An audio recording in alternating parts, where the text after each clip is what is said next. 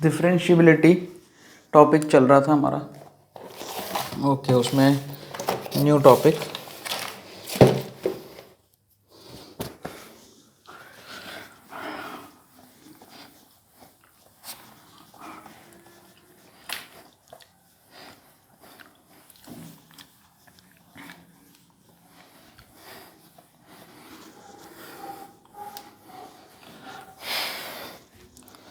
Geometrical representation of वही geometrical explanation. Representation मतलब geometrical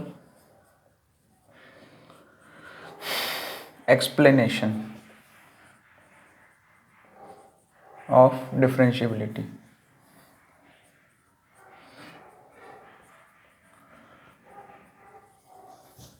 ठीक है,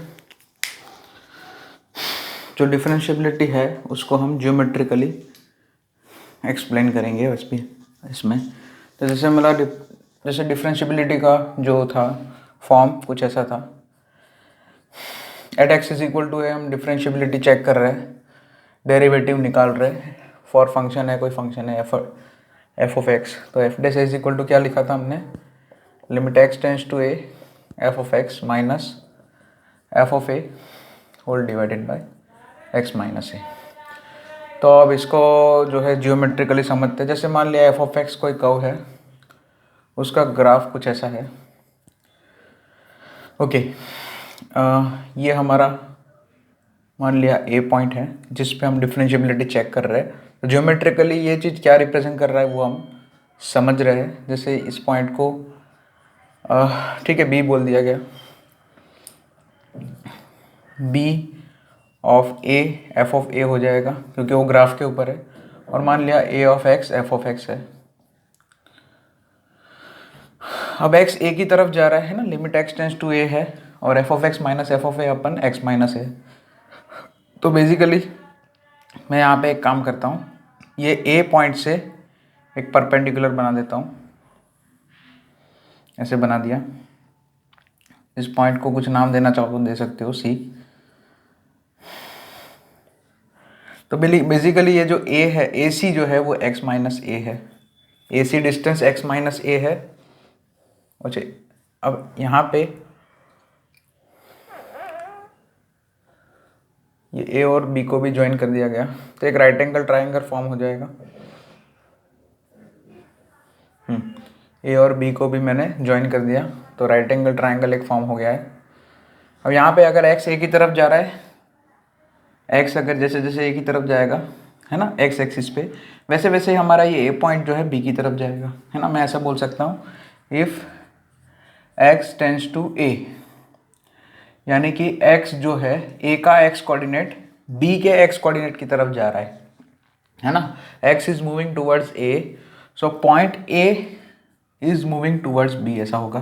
पॉइंट a जो है वो b की तरफ जा रहा है इन द कर्व, है ना, या इन द कर्व, हाँ मतलब कर्व के अंदर, थ्रू द कर्व, जैसा भी लिखना चाहो, ओवर द कर्व, है ना, ऐसा लिखते हैं। वैसे इन द कर्व ऐसा वर्ड अच्छा नहीं है, ओवर द कर्व, ठीक है। Point A is moving towards B over the curve, A point B की तरफ जाएगा। रेडी। अब ये बी सी डिस्टेंस कितना है, F of A minus F of X. जैसे कि यहाँ पे मैं लिख सकता हूँ A B is equal to X minus A and B C is equal to कितना हो जाएगा भाई। अच्छा एक मिनट, यहाँ पे ये जो ए बी जो है वो एक कॉर्ड बन जाएगा बेसिकली, और वो कॉर्ड जो है ये मान लिया थीटा है, तो ये एंगल भी थीटा होगा क्योंकि A C parallel to x axis है, ये एक्स एक्सिस है।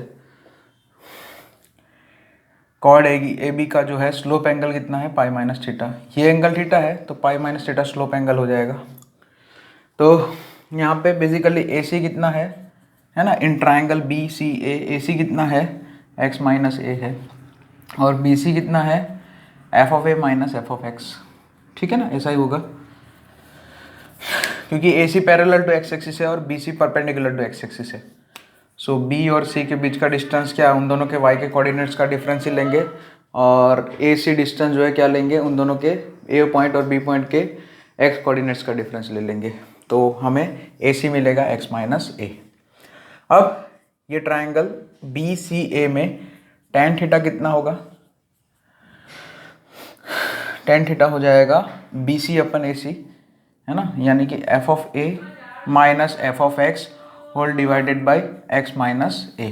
ठीक है, F of A minus F of x whole divided by x minus a. ठीक है, सो ये लिख दिया। ओके, तो tan थीटा हो गया ये एफ ऑफ ए माइनस क्या हो गया, एफ ऑफ ए माइनस, एक minute, F of A minus F of x whole divided by x minus A. Okay, तो tan थीटा तो ये हो गया। अब tan पाई माइनस थीटा क्या हो जाएगा, माइनस ऑफ tan थीटा, है ना, क्योंकि वो तो पता ही है। So f of x minus F of a whole divided by x minus a. तो tan पाई माइनस थीटा क्या है, tan पाई माइनस थीटा कुछ नहीं है, ए बी जो है उसका स्लोप है, m of A B is equal to F of x minus F of a whole divided by x minus a. ठीक है, अब यहाँ पे हमने तो लिमिटिंग वैल्यू लिया है स्लोप का, तो अब यहाँ पे देखो ध्यान से, अगर यहाँ पे ए अगर बी की तरफ जा रहा है, ए अगर पॉइंट ए अगर बी की तरफ, जैसे पॉइंट ए ऐसा था, एक सेकेंड,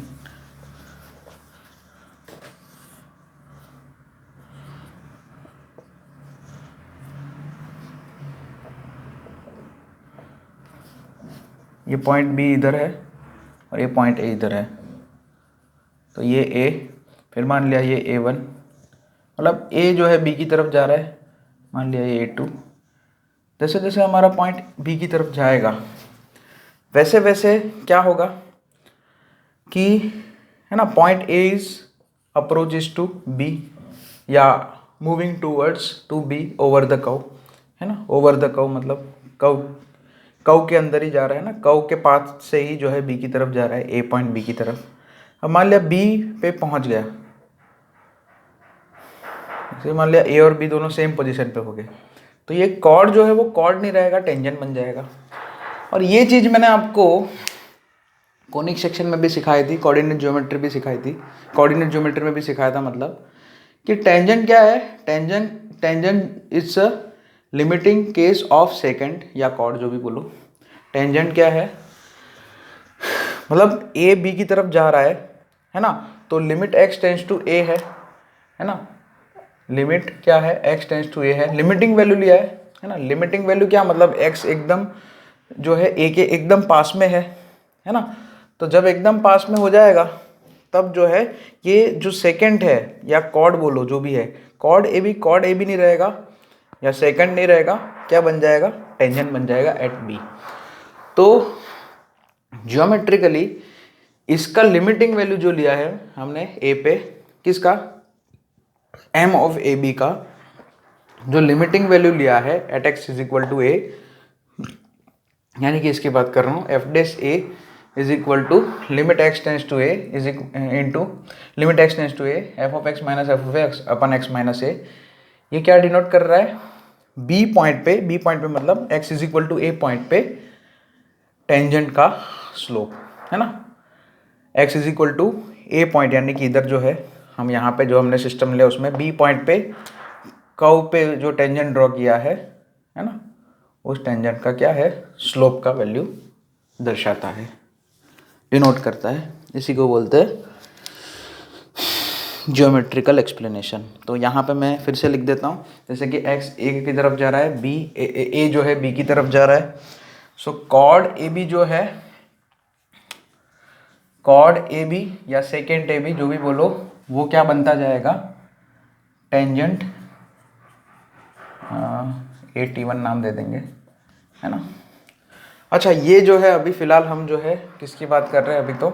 फिलहाल राइट हैंड साइड डेरिवेटिव की बात कर रहे हैं, है ना, ये RHD है ना, अभी हम राइट हैंड साइड से जा रहे हैं, है ना, हम जो है ए की तरफ जो है किस तरह, कौन सी तरफ, ए की तरफ हम जा रहे हैं, लेकिन राइट हैंड साइड से जा रहे, देख लो, है ना, x टेंस टू a, यहाँ पे प्लस है, ठीक है। ओके, सो बेसिकली तो इतना लिखने के बाद मैं ऐसा बोल सकता हूँ कि यहाँ पे कॉर्ड ए बी जो है वो कैसा बनता जाएगा, टेंजेंट ए टी वन की तरफ, है ना। जैसे जैसे ए बी की तरफ जाएगा, ए पॉइंट बी की तरफ जाएगा ओवर द कर्व, वैसे वैसे हमारा कॉर्ड जो है टेंजेंट बनता जाएगा। Okay, so slope of chord A B is tends to slope of tangent A T one, ठीक है। सो बेसिकली यहाँ पे अब इतना ये लिखने के बाद लास्ट में हम ये लिख देंगे कि m of A T one basically क्या है,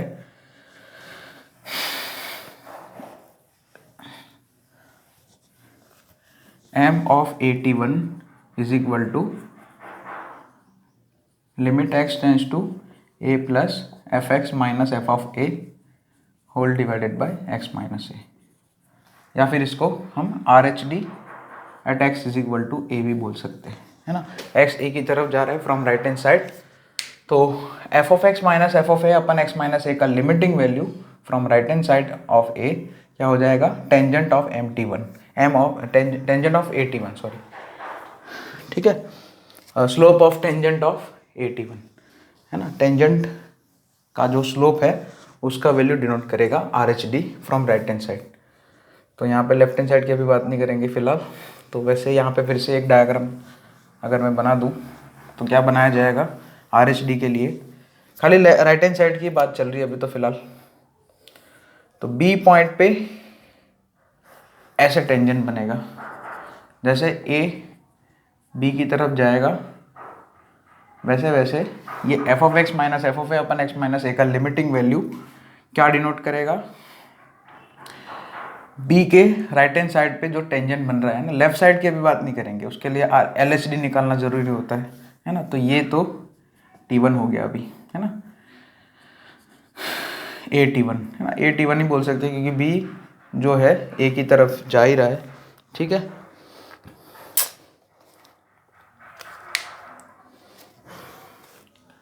बी जो है ए की तरफ जा रहा है, ठीक है, या फिर अच्छा ए टी वन नहीं, क्योंकि ए बी की तरफ जा रहा है ना, सॉरी, ए को तो हम घुमा रहे हैं, बी फिक्स पॉइंट है ना, सॉरी, तो टेंजेंट बी टी वन, हाँ बी पे या ए टी वन लिखो तो भी कोई प्रॉब्लम नहीं, क्योंकि फिर एक समय ऐसा आएगा कि जो दोनों पॉइंट एक ही पोजीशन पे हो जाए तभी तो टेंजेंट बनेगा ना, है ना। A is equal to B ऐसा लिख नहीं सकते हम, ए टेंस टू ही बी लिखते वैसे, है ना। तो tangent of B T one ही लिख दो, स्लोप है ना, tangent slope of tangent B T one ही लिख दो तो ये अच्छा रहेगा, है ना। ओके, चलिए नेक्स्ट, ये हो गया आर एच डी, उसका एक्सप्लेनेशन ज्योमेट्रिकल। अब एल एच डी की भी बात कर लेते हैं। जैसे कि मान लिया ए पॉइंट इधर है और बी पॉइंट इधर है। अब ए पॉइंट ऐसे कुछ भी नहीं, मतलब ऐसे ही, तो जैसे ए, फिर से वही बात, यहाँ पे ये हमारा क्या है, x इज इक्वल टू ए है, मतलब ये a है, b का x कोऑर्डिनेट a है, स्मॉल है। जैसे a b की तरफ जाएगा वैसे वैसे कुछ नहीं, यहाँ पे जो है लेफ्ट हैंड साइड से टेंजेंट बनेगा,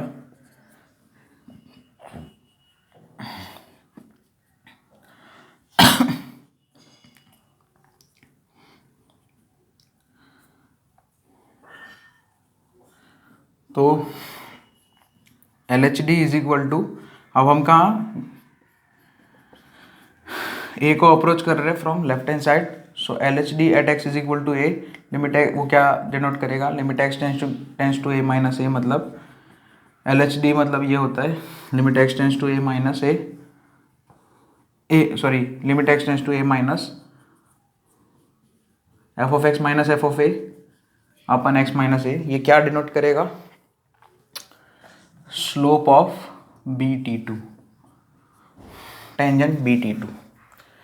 तो ये एल एच डी, और ये slope of m of B T one, वो तो यहाँ पे लिखा ही है आर एच डी,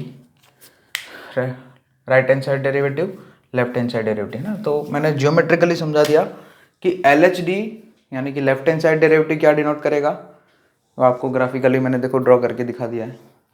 अब डिफरेंशिएबल है कि नहीं फंक्शन, हमारा फंक्शन जो है F of x at x is equal to A differentiable है कि नहीं, एफ डे से एग्जिस्ट करता है कि नहीं, उसके लिए तो मैंने कंडीशन लिखाई थी सबसे पहले ही कि भाई लेफ्ट हैंड साइड डेरिवेटिव वो पॉइंट पे एल एच डी यानी कि लेफ्ट हैंड साइड डेरिवेटिव और आर एच डी यानी कि राइट हैंड साइड डेरिवेटिव का वैल्यू बराबर होना चाहिए, यानी कि slope of tangent B T two is equal to slope of tangent B T one होना चाहिए। तभी जो ये T one T two B और टी वन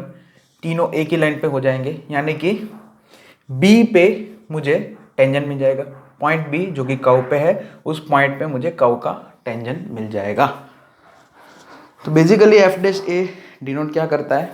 एफ डैश ए एग्जिस्ट करेगा कि नहीं करेगा वो किसके ऊपर डिपेंड करता है, L H D R H D दोनों एग्जिस्ट करने चाहिए, left hand side derivative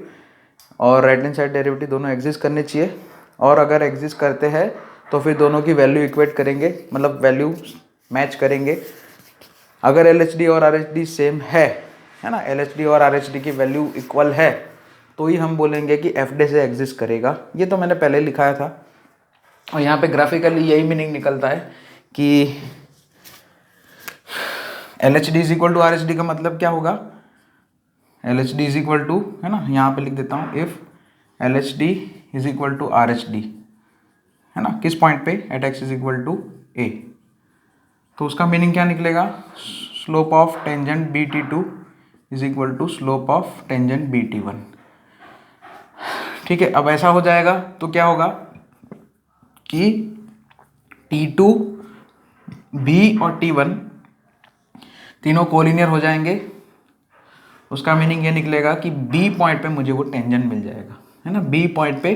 curve पे ये बी पॉइंट, उसमें मुझे टेंजेंट का स्लोप मिल जाएगा। एफ डे से क्या डिनोट करेगा, एफ डे से क्या डिनोट करेगा फिर जियोमेट्रिकली,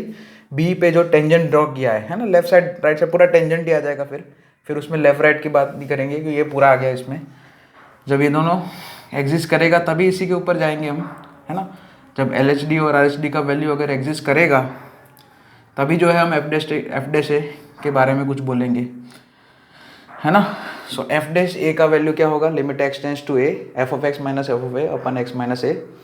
ओके, वो वही होगा यहाँ पे L H D R H D के बराबर, है ना, दोनों सेम ही होंगे। सो यहाँ पे एफ डैश ए जो है वो ज्योमेट्रिकली क्या रिप्रेजेंट करता है, value of slope of tangent at x is equal to a on the curve, है ना, कौन सा point, at x is equal to a, यानी कि इधर जो है, इधर जो मैंने सिस्टम लिया उसमें बी पॉइंट पे जो टेंजेंट ड्रॉ किया है उसका स्लोप का वैल्यू। तो ओके, सबसे पहले मैं आर एच डी के बारे में एक पॉइंट लिखा देता हूँ छोटा सा, जो कि आर एच डी के बाद आपको, वैसे वही मैं पूरा ही लिख देता हूँ अभी। आर एच डी क्या डिनोट करता है, R H D of a function f of x, R H D of function of f of x at x is equal to a मतलब, अब पॉइंट की बात कर लेते हैं, वैसे पॉइंट पूरा लिखता हूँ मैं, point A F of a comma f of a, अच्छा बी था सॉरी इधर हमारा, at point B of a comma f of a is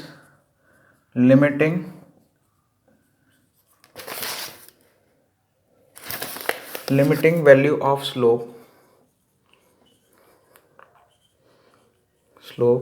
of chord AB whose and A moves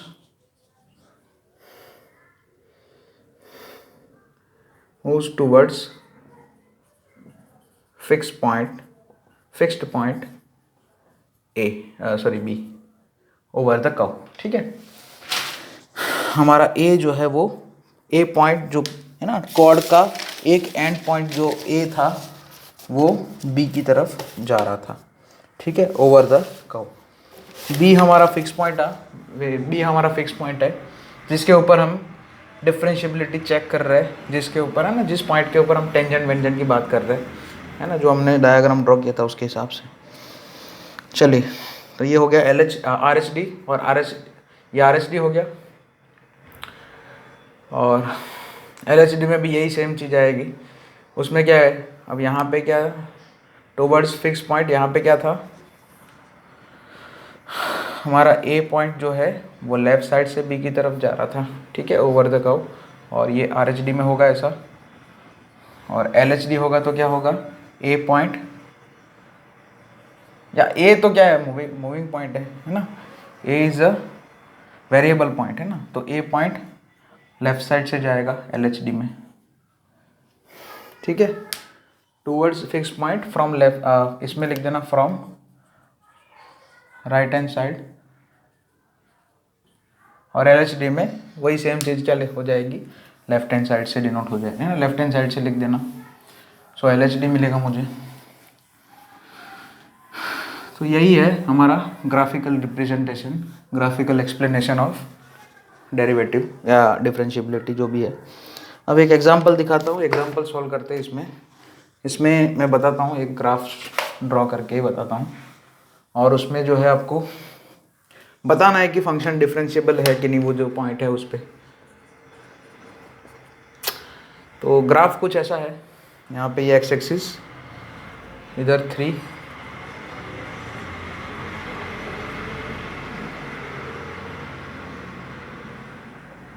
ये ए पॉइंट जिसके ऊपर हमें डिफरेंशिएबिलिटी चेक करनी है।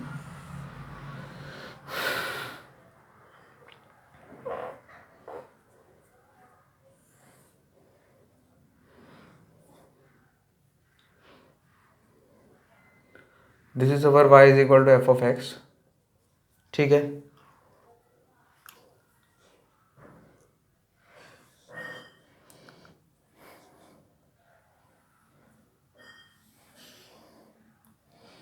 थ्री का F of 3, X is equal to 3 पे डिफरेंशिएबिलिटी चेक करना है।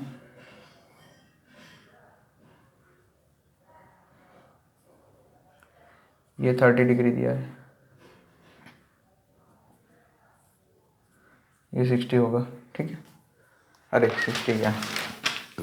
60 कहाँ से, सॉरी 150, ये एंगल दिया, सब दे दिया आपको।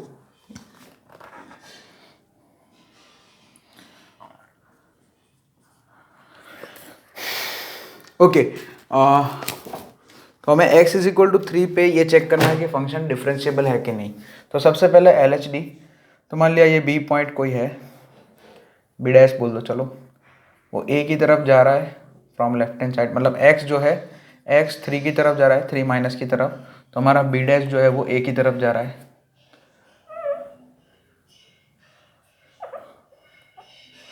और यहाँ पे तो टेंजेंट ऐसे मिलेगा लेफ्ट साइड पे, T1 बोल दो इसको, T1 है ना, तो बी डैश जो है वो हमारा ए की तरफ जा रहा है ओवर द कर्व, है ना, और यहाँ पे एक बी पॉइंट ले लो right hand side R H D के लिए। सो यहाँ पे हम क्लियरली लिख सकते हैं कि L H D at x is equal to 3 का वैल्यू कितना है, 0 है, इज इक्वल टू ऐसा लिख सकते हैं, स्लोप ऑफ टेंजेंट T1 वो जो कि 0 है, ओके, और R H D at x is equal to 3 कितना मिलेगा मुझे, उसको मैं क्या लिख सकता हूँ, देखिए आर एच डी मतलब, आर एच डी में क्या, देखो यहाँ पे राइट हैंड साइड पे कर्व पे बी पॉइंट है कोई, और बी जो है ए की तरफ जा रहा है ना, एक्स, अगर आर एच डी के लिए हम क्या देखेंगे, एक्स टेंस टू 3 प्लस होगा, उसमें एक्स ए की तरफ, एक्स जो है 3 की तरफ जा रहा है फ्रॉम राइट हैंड साइड, तो उस पर कर्व पे ये पॉइंट एक ले लिया ऐसे ही रैंडमली, तो बी पॉइंट जो है वो ए की तरफ मूव करेगा, बी पॉइंट ए की तरफ मूव करेगा, तो जैसे जैसे बी पॉइंट ए की तरफ मूव करेगा, तो देखो यहाँ पे तो टेंजेंट ऐसे बना दिया उसने राइट हैंड साइड पे 30 डिग्री स्लोप पे, सॉरी 150 डिग्री स्लोप पे, सो एम ऑफ ए, अच्छा यहाँ पे T2 ले लो, sorry, m of A T2 का वैल्यू कितना आ रहेगा, 10 150, और 10 150 बेसिकली कितना होगा, -1/√3। क्लियरली मुझे यहाँ पे दिख रहा है लेफ्ट हैंड साइड डेरिवेटिव 0 है और राइट हैंड साइड डेरिवेटिव -1/√3 है। L H D is not equal to R H D, दोनों सेपरेट पॉसिबल है, लेफ्ट हैंड साइड पे स्लोप अलग है, लेफ्ट हैंड साइड डेरिवेटिव मतलब लेफ्ट हैंड साइड पे जो टेंजेंट बन रहा है उसका स्लोप अलग है, वो टेंजेंट ही अलग है, देख लो, T1 जो टेंजेंट है वो देखो पैरेलल टू एक्स एक्सिस ये रहा। और 3 की राइट हैंड साइड पे जो टेंजेंट है वो ऐसा है 82। दोनों ही टेंजेंट यहाँ पे मैच नहीं कर रहे, इसलिए ए पॉइंट पे मुझे टेंजेंट नहीं मिलेगा, है ना। यानी कि वही ग्राफिकली बोले तो टेंजेंट नहीं मिलेगा, या मैथमेटिकली बोले तो f'3 DNE, f'3 क्या हो जाएगा, डज नॉट एग्जिस्ट। f'3 यानी कि मुझे ए पॉइंट पे टेंजेंट ही नहीं मिलेगा तो स्लोप डज नॉट एग्जिस्ट हो जाएगा। ठीक है, बस यही है। This is the graphical representation. तो ये लिख लेना।